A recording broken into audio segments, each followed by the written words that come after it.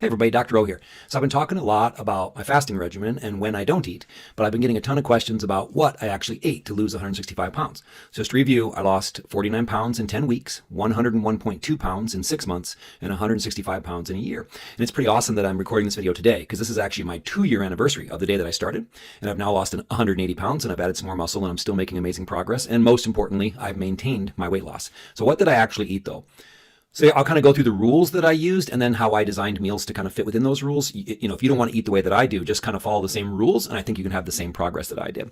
So number one, I started at 6'2", 414 pounds, right? So obviously I ate a lot more than you if you weigh 200 pounds, but I was carrying 414 pounds around. So I ate 3 to 4 days per week. So I did a modified type of alternate day fasting where I would fast 3 days one week and 4 days the next. And I explained in other videos why I did it that way. But I was eating 3,000 or more calories per day on my eating days, right? In the beginning, I ate as much as I wanted at each meal. I was really focused on getting used to fasting, and that was the key. So I would generally eat 900 to 1,000 calories per meal, and then if I needed it because I was extra hungry, I would add a fourth meal. So I would eat 3 to 4 meals that look like the ones that I'm going to explain to you here.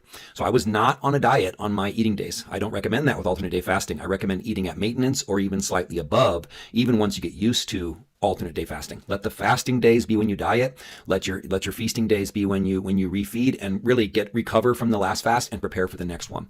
Also, as you can see here, I walked every day, 60, 70 minutes or more, and I did lift weights on my eating days. So between my size and the huge increase in physical activity from doing nothing when I weighed 414 pounds, I could eat a lot of calories and still lose a ton of weight. Like I said, I averaged 5 pounds of weight loss for the first 10 weeks. Okay, but of course the amount of food that I ate certainly did decrease as I got used to fasting, and it's gone down now. All right, so what are my eating rules? And you do not have to follow this first rule, but I'll explain why it's important to me. But you do not have to be low carb. I think low carb pairs really well with fasting, and for the reasons I'll give you in a second. But you don't have to follow this rule, but the other 2 rules I think are really important. Number one, low carb. I ate between 40 and 60 grams of carbs per day. And as you can see here, I eat at least half of them in the meal before I exercise.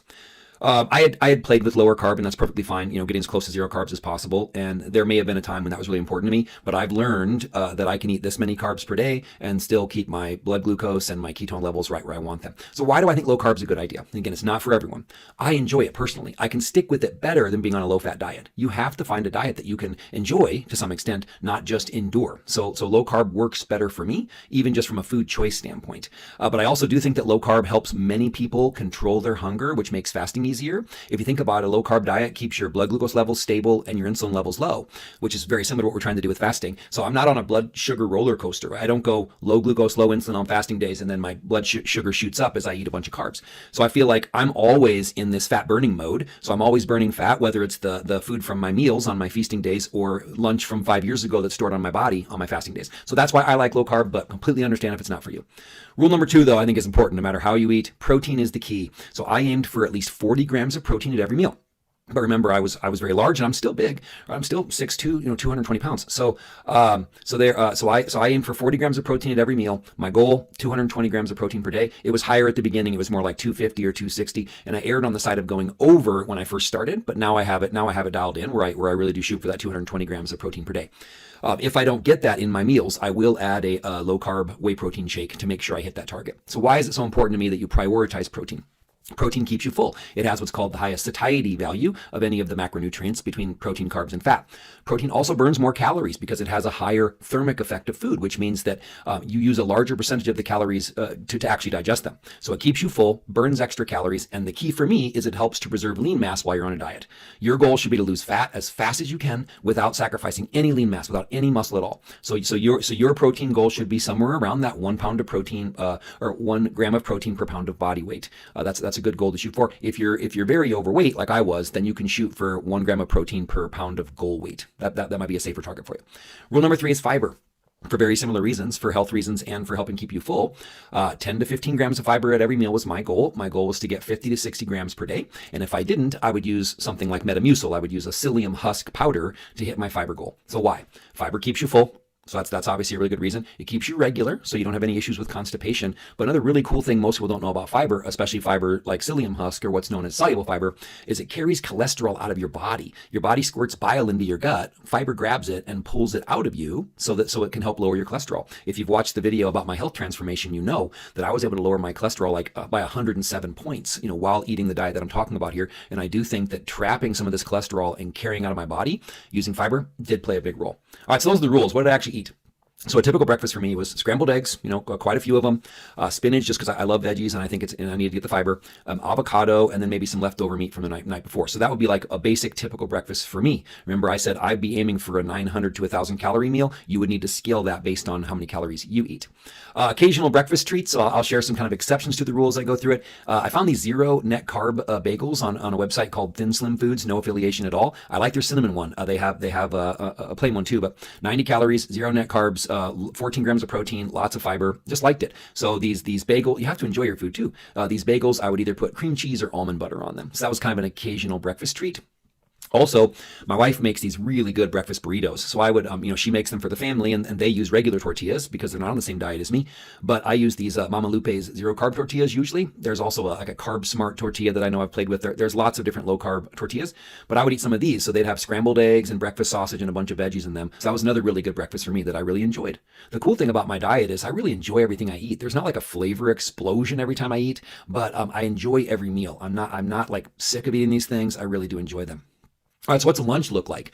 Salad, bunch of greens with chicken, bunch of chicken, and then olive oil for the healthy fats, and then macadamia nuts. See, macadamia nuts I think are the best low carb nut out there. I really like them. They're kind of expensive, but good way to get some healthy fats. Then I really like this Good Culture. Again, no affiliation with anything here, but Good Culture cottage cheese. It's just if you don't have this in your area, just a lower carb cottage cheese. Basically half as many carbs here as you'd find in a typical cottage cheese, and 19 grams of protein, which is pretty sweet.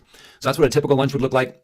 Lunch on the go. So a few days a week I'm gone during lunch, and if I'm eating, I use this keto bread. I just buy it at Walmart, but there's lots of low carb breads out there as well. So I could make a low carb sandwich or a wrap using those low carb or zero carb tortillas. So it might be deli meat and cheese. I make this wrap that's a chicken bacon ranch wrap. So a little bit of cheese, a little bit of bacon, and then a bunch of chicken, and then some ranch that my wife makes. But those are some really good lunches on the go for me.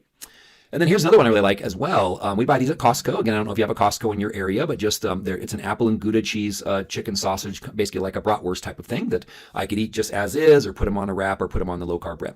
So you might have to find something else in your area, but similar, just a type of thing. Pretty easy thing to eat for lunch.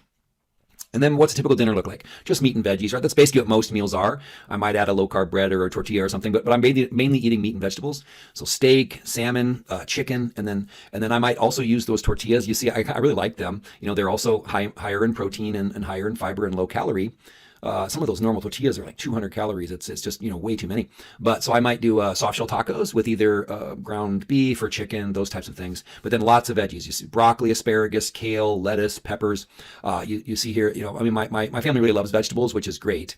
But so looking here, I just wanted to show you that we have a garden in our backyard. So we grow a bunch of our vegetables. We buy the rest of the store. And then we do have a hydroponic garden inside for the winter. I live in South Dakota, so we definitely don't get to garden year round.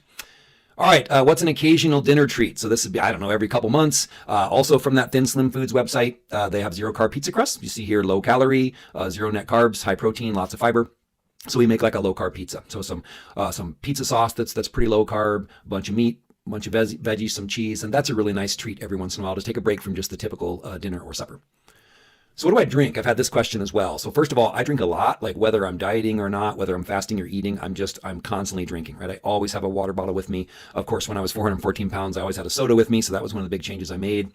But I do aim for around a gallon of water a day. And then I think electrolytes are very important. I've made videos about that. So I actually make my own concoction if I'm at home, where I just mix sodium and potassium powder and magnesium supplements. But the LMNT electrolyte brands are something that I'm really starting to like. That's anytime I'm out of the house, I take those with me in case I need electrolytes. I might use one a day or two, depending on how I feel.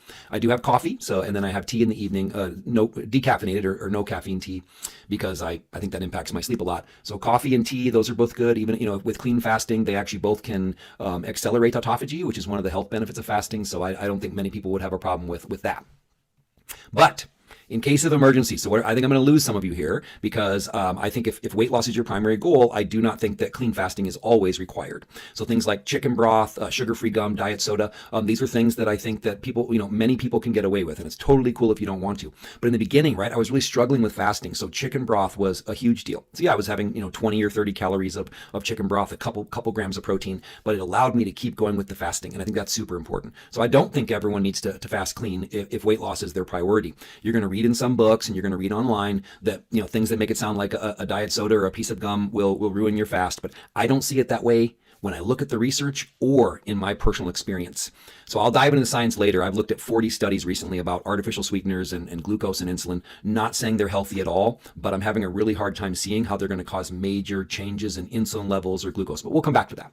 But I have this. This is the BioSense breath ketone meter. It's scientifically validated. Love this. Again, no affiliation. It's called BioSense breath ketone meter.